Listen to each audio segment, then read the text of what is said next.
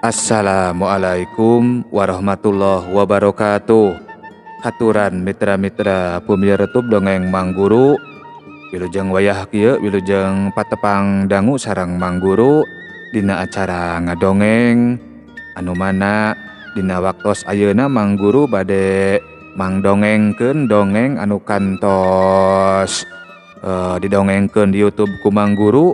Mohon ayeuna re-upload kalayan judul Si Buntet. Ieu dongeng masih karangan Kang Heri Supriyadi Cianjur. Sok sanaos ieu dongeng digarap ku Mang Guru kalayan sing sarua basajan. Mudah-mudahan sasieun sabeuneureun sing ngajantenkeun panghibur kana kalbu, pangbeberah kana manah. Supados teu nyangkolong kana waktos, mangga urang sami-sami ngabandungan kumaha jujutan ieu carios. Si Buntet seri anu kahiji. Sok kaparayun sadayana.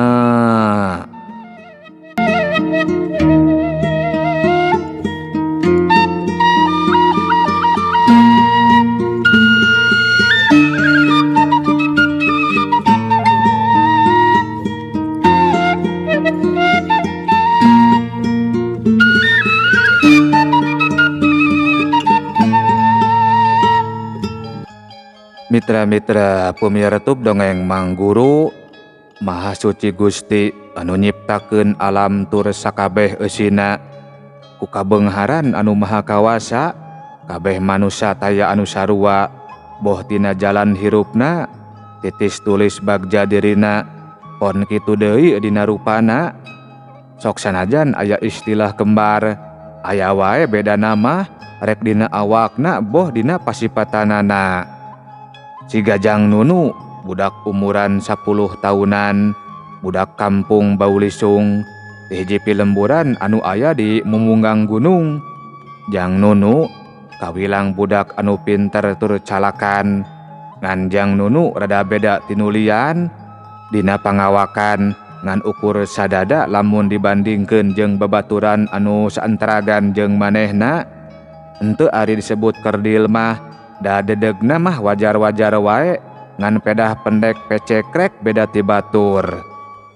Sok sanajan kitu ari Ceyoyoh jeung Mang Juju mah nya salaku kolotna Jang Nunu kacida nyaheunana taralat muji syukur ka Hyang Agung anu parantos masihan putra anu geus lila dipikahayang.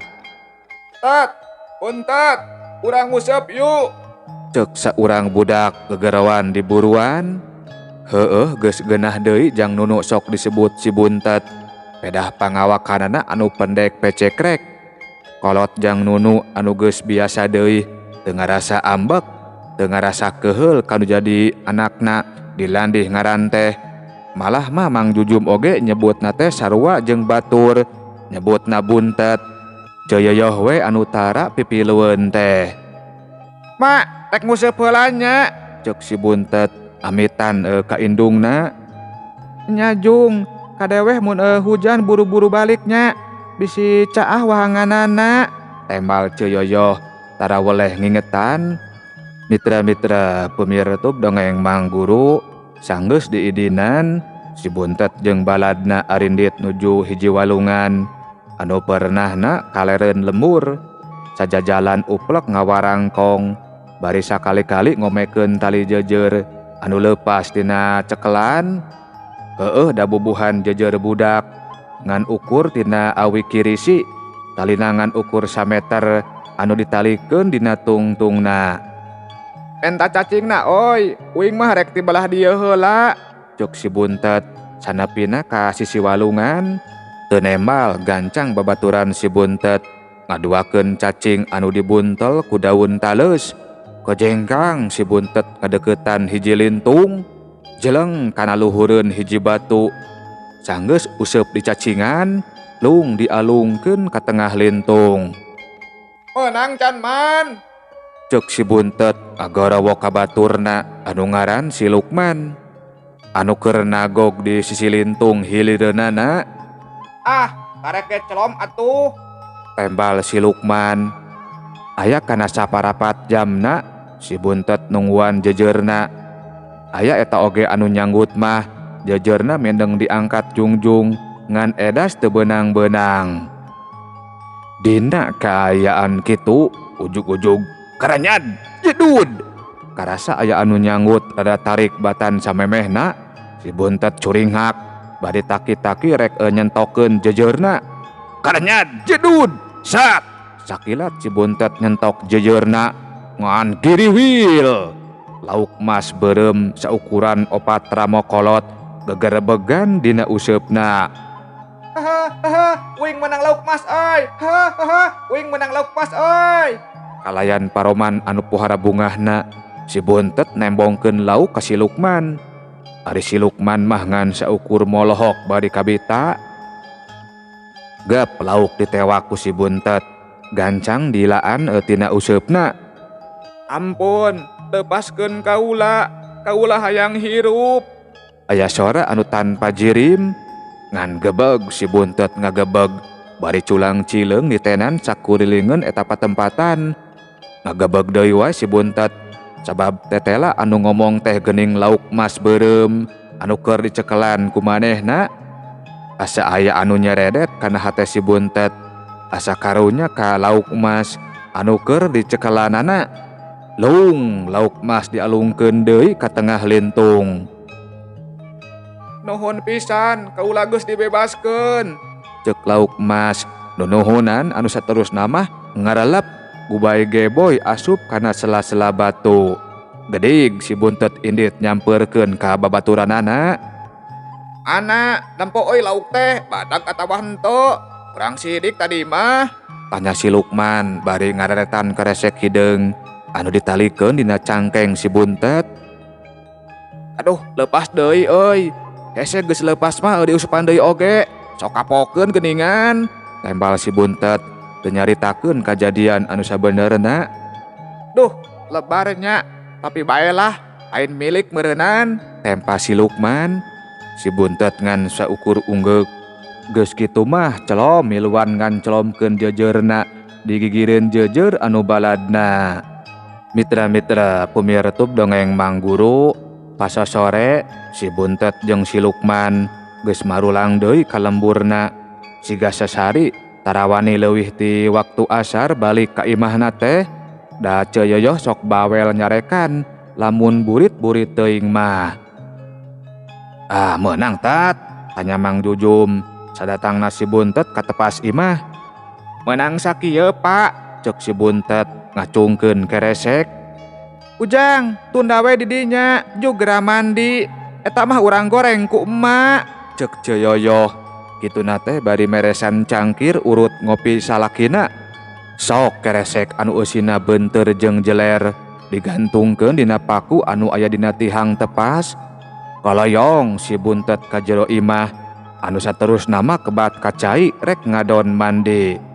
Sanapina kacai canggeus cucul-cucul pakean, kejebur mandi, gesruk-gesruk ngaruruan suku jeung awakna ku tapas buah emes anu geus garing. Miluan mandi ah, ceuk hiji sora ngan gebeg si buntet ngagebeg. Panonna molohok ka hiji dedegan budak lalaki saumuranana anu make pakaian sing sarua beureum anu ujug-ujug aya tukangeunana. Ari maneh saha kitu? Tanya si buntet bari kurang kerung ngeuneuteub ka eta budak. Kuring teh anu tadi dibebaskeun ku anjeun, basa tadi di walungan. Kuring mimilu sabab bersep ka anjeun. Kuring hayang jadi babaturan anjeun, tembal eta budak. Si buntet kurang kerung bakat ku teu ngarti. Ngan darak-dak weh ku eta budak dijelaskeun yen dirina anak jin anu bapana ngawasa di wewengkon sabudeureun walungan anu aya di kaleren eta lembur. Asal nama rada sieuneun si buntet oge, tapi ari geus ngawangkong mah jadi resep we anu aya. Tujang ieu, buru atuh mandi teh, mandi ngoyok. Kadenge suara Ceyoyoh ngagorowok. Nya mak nya, tembal si buntet sarua ngagorowok. Kulutrak panto kamar cai muka. Koloyong si buntet asup ka kamarna rek ngadon salin pakaian. Dina kaayaan kitu ujug-ujug jeleg. Teuing ti mana datangna. Di kamarna si Buntet ujug-ujug geus ngajanteng budak anu tadi milu mandi di kamar cai. Ngaran maneh teh saha? Uing mah Buntet, tanya si Buntet bari ngabejakeun ngaran sorangan. Ngaran kaula mah Uuk Lilitunggi, sebut we Uuk, bisi panjang teuing mah. Ulah aya anu nyahoeun nya, urang jadi babaturan. Da batur mah teu bisa nempo ka kaula. Tembal anak jin anu ngakukeun ngaran Uuk Lilitunggi. Si Buntet kurang kerung deui sabab teu ngarti. Geus kitu mah ngan darak-deuk deui bae. Si Uuk ngajelaskeun panjang lebar. Antuk nama si Buntet oge unggut-unggutan tandani ngarti kana naon-naon anu diomongkeun ku sobat anyarna.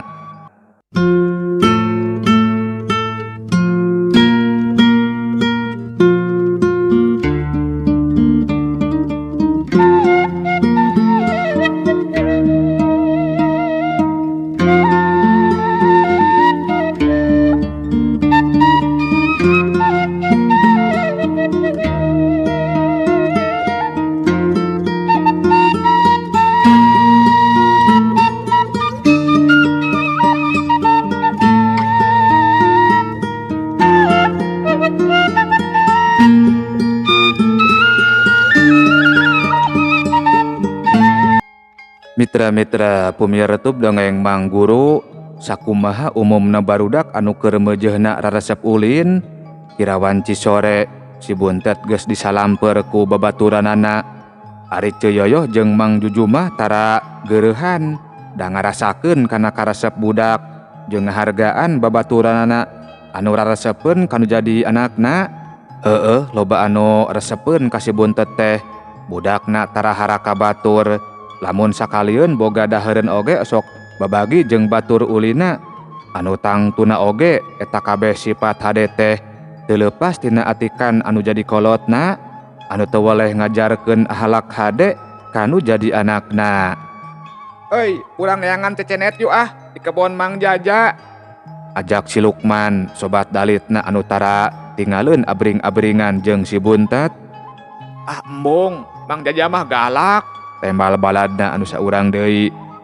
Lah, bae we atuh pirening cecenet da teu dipelak ieu. Tempas si Lukman deui. Antuk nama sadarea satuju. Bring indit mapai-mapai jalan satapak di sisi lembur. Tuh, aya euy, geus karoneng. Ceuk si Lukman curing hak sarta tutunjuk sanepina ka kebon Mang Jaja. Semoga gancangan opat urang barudak kalima si Buntet. Paheula-heula nyamperkeun tangkal cecenet anu buahna leubet tur geus arasak. Mitra-mitra pumiareup dongeng Mang Guru, barudak saruka bungah mupu cecenet diasup-asupkeun kana karesek leutik anu dibawa ku si Lukman. Dina kaayaan kitu ujug-ujug. Goblok sia, kebon aing digalai heh. Teu kanyahoan datangna. Ujug-ujug aya anu sesentak ti tukangeun barudak anu tayalian ti Mang Jaja anu boga eta kebon. Barudak kacida ngararenjagna langsung eureun mupu cecenetna. Datu nincak papelakan Mang, ceuk si Lukman ngawanikeun maneh nyarita. Ya halas sia, padi nemal, tempas Mang Jaja. Geureuwek, ceuli si Lukman dijiwir bari dipurintilkeun. Aduh, ampun Mang, aduh, nyeri Mang, nyeri. Cek si Lukman pupuringisan, bari nyekelan leungeun Mang Jaja. Mang Jaja siga anu kasetanan, ceuli si Lukman dipurintilkeun beuki tarik. Si Lukman gogowakan awahing ku nyeri. Lepaskeun atuh Mang karunya. Cek si Buntet ngawanikeun maneh bari ngagebig-gebig suku Mang Jaja. Halah, sia deui beke, cek Mang Jaja beuki ngadat. Geureuwek, ceuli si Buntet dijiwir ku leungeun kenca carta dipurintilkeun satarikna. Jiga si Lukman, si Buntet oge gogowakan nahan kan nyeri. Nempo kaayaan kitu, babaturan anu sejena gancang lalumpatan. Aduh, ampun Mang, nyeri Mang, nyeri. Cek si Buntet pupuringisan sukunna jejengkean. Eueuh ampun sia, kanu sok karuksak kebon aing mah. Cek Mang Jaja beki nafsu. Mitra-mitra pemirsa dongeng Mang Guru, dina kaayaan kitu ujug-ujug jeprot. Aduh! Mang Jaja ujug-ujug ngagoak, awakna ngajengkang nang karak bengkang dina galengan, bari nyekelan beungeutna. Si Lukman anu geus leupas tina jiwiran Mang Jaja, olohok mata simeuteun, teu ngarti ningali Mang Jaja anu teu puguh-puguh ujug-ujug gogoakan. Ari si Buntet sarua ngan saukur molohok, tapi lain olohok teu ngarti, daku dirina mah katempo si Uuk sobat goibna keur nyabokan ka Mang Jaja. Aduh, ampun, ampun, aduh, ampun. Cek Mang Jaja gogorowokan deui. Katembong si Uuk sura-seuri bari nyampeurkeun ka si Buntet. Ari Mang Jaja lumpat ti paparetot, dibarengan ku hitut anu berat bret-brot ninggalkeun eta patempatan. Cek si Lukman cacalakatakan nempo kalakuan Mang Jaja. Tapi kunaon nya euy Mang Jaja teh nya? Teu ngarti uing mah, tanya si Lukman kurang kerung. Si Buntet ngan saukur gideg, ari si Uuk mah ukur nyerengeh seuri koneng. Sanggeus ngawadahan cecenet anu tadi malawur, gedig si Buntet jeung si Lukman baralik. Mitra-mitra pemirsa dongeng Mang Guru, sanapina kalembur babaturan anu tadi milu tetelepek ngeunaan kejadian di kebon. Ngandarak-dak we si Lukman cacarita semua hari weus-weus, kabeh baturna eueuh anu teu gogodeg ngadege caritaan si Lukman teh. Ari si Buntet mah ngan saukur ngabandungan, manehna mah teu milu ngomong. Mitra-mitra pemirsa dongeng Mang Guru, siga sasari bada Isa Mang Jujum sakulawarga sok ngawarangkong di patengahan, itung-itung ngadagoan datang natunduh. Ujang ieu bisi rek dahar deui, tuh aya pais peda, tadi pamere ti Mak Ijah. Ceuk Coyoyoh neuteup ka anakna. Pareg keneh Mak, bisi. Cuk si Buntet tekebat nyaritana sabab kaburu aya anu keketrok kana panto. Buka we da tritulakan. Cek Mang Jujum ngagorowok. Bray panto aya anu muka. Kang, urang nempo Kang Jaja yuk. Ajak jalema anu anyar datang. Anu tayalian seurang tetanggana Mang Jujum. Emang kunaon kitu ari Kang Jaja? Tanya Mang Jujum kurang kerung. Teuing nyaeta, beungeut nagareuneuh cenah siga tapak ramo. Ayeuna mah keur teu eling cenah kapiuhan Kang. Tembal eta jalema nepikeun deui beja ti jalema anu geus ngalongo ka imahna Mang Jaja. Mang Jujum jeung Coyoyoh sakedapan mah ngan saukur silih perong. Banget ku teu ngarti ku kajadian anu tumiba ka Mang Jaja. Ari si Buntet mah kacida ngagebegna, gancang ngoloyong ka kamarna. Mitra-mitra pemirsa dongeng Mang Guru, sanggeus amitan ka pamajikanana ngan gedig. Mang Jujum indit jeung tetanggana rek ngalongok kaayaan Mang Jaja. Tekung silila oge geus nepi deui, da bubuhan teu jauh-jauh teuing ka imahna Mang Jaja teh, ngan saukur kahalangan ku sababaraha kebon jeung imah. Sanepina ka imah Mang Jaja, kasampak jalma-jalma geus ngagimbung. Mang Jaja nangkarak bengkang dina kaayaan teu inget di bumi alam, dina dua pipina atra pisan gareuneuk tapak ramo. Mang Jaja dirariung ku jalma-jalma anu was-wes-wos maraca surat Yasin. Pamajikanana inghak-inghakan bari ngusapan sirah salakina.